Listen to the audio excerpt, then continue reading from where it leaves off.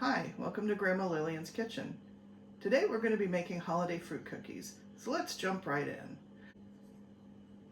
We're going to start with a half a cup of shortening, a cup of brown sugar, an egg, 1 3/4 cups of flour, a half a teaspoon of salt and a 1/4 teaspoon of baking soda, a 1/4 cup of buttermilk, 3/4 of a cup of pecans, a cup of cherries, and a cup of dates.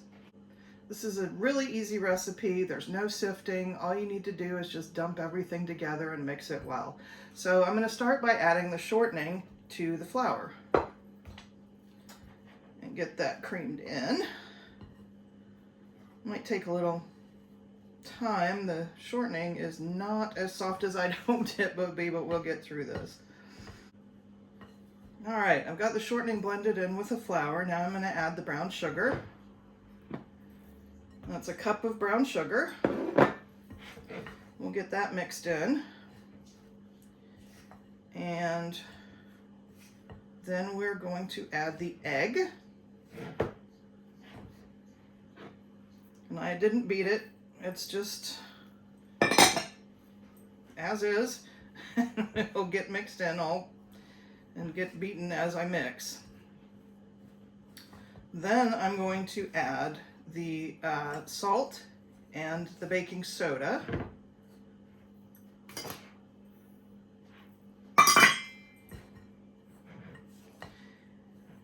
And I'm going to add the buttermilk next. Now again, I'm not a big buttermilk drinker, so I found this cultured buttermilk blend at Walmart. This stuff is amazing. Once you open it, it's powder, and once you open it, you just, use whatever you need and put it in the fridge, and it'll keep a lot longer than just a bottle of buttermilk. It cuts down on so much waste. So to me, the stuff is just amazing. I love it.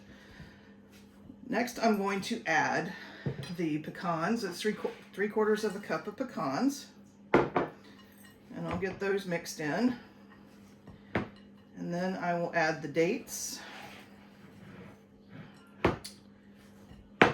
And then the cherries. And if you get the whole dates, the pitted whole dates, I would chop them up fairly small. I am using the chopped dates this time though. I kind of took a shortcut there. Normally I get just the regular whole pitted dates. Now the cherries, what I'm using for the cherries, it's a cup of cherries, and I found these Oregon dark sweet cherries. This is not cherry pie filling or anything, it's just dark sweet cherries. And I did use the whole can. They're whole, and I cut them in half, and then I cut the halves into quarters, so effectively cutting the cherries into eighths. And that just cuts them into smaller bites. Makes it easier to spread them around in the cookie dough, and you're not stuck with a big chunk here and a little bite there. But one thing that I thought about, and I haven't tried this yet, but if you're gonna do like a holiday party or maybe a work party or something, and you want to kind of kick the cookie up a little bit, what you can do is use the now these are Tillin Farms Rum Bada Bing cherries, but they also make bourbon cherries too. So of course that's a little, that's an adult treat. That's not a kid treat, but I'm sure it would add a really great taste to them. I use both the bourbon cherries and the rum cherries when I make pineapple upside down cake. And it adds a nice little kick to it. And of course there's not a lot of alcohol in there, but the flavor is it just adds a lot with the flavor. So I have made these cookies once before, but when I was filming, I was not, I didn't check the placement of the camera and of all the ingredients, and it just didn't turn out well, so I'm making it again. So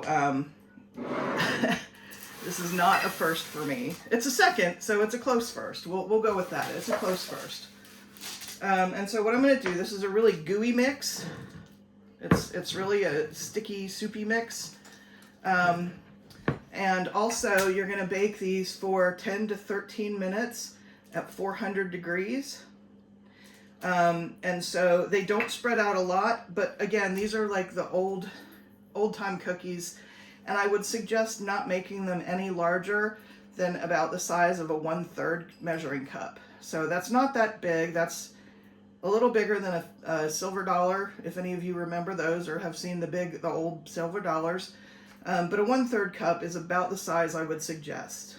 And I think you wind up with about 3 dozen cookies if I remember correctly. I might not, so if that changes and I get more or less, I will correct myself. But again, don't make them that big. These are really rich cookies too. So I'm just going to go ahead and get them on the baking sheet. And again, parchment paper. I love parchment paper. And one of these days, maybe I will try silicone. But I do not have a silicone baking sheet. So my standby is parchment. I'm just going to put a dozen cookies on this cookie sheet. It's looking like I might get more than 3 dozen out of it. Maybe it was 4 dozen. I just don't remember. But these are good cookies. I really enjoy them. And they freeze well. We're having company in a couple weeks, and so I will probably put the majority of this batch in the freezer so I can have something for them when they show up. But yeah, it's a totally different cookie with the cherries and the dates in there. And if you don't like nuts or you have a nut allergy, you can leave the pecans out. And if you don't like dates, you can probably swap them out with raisins. You can make all kinds of adjustments. So I'm going to go ahead and pop this in the oven, 400 degrees for 10 to 13 minutes. And I'll see you when I come back. All right, welcome back, guys. So I got just under 3 dozen cookies. The last batch is in the oven now. And as you might be able to see, these did spread out a bit. Once you pull them out of the oven, the tray is very hot. So you do want to get them off of the tray fairly quickly so they stop cooking and they don't burn. With the sugar in here, there's probably a good chance that if you left them on the cookie sheet a little too long, with it being 400 degrees, the bottoms might burn. So that is why I'm getting these off of the baking sheet quickly.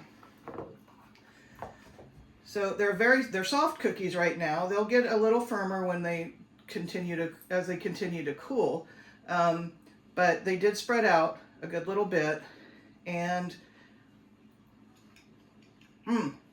they're as good as I remember them. Hope you'll give them a try. I'll see you next time.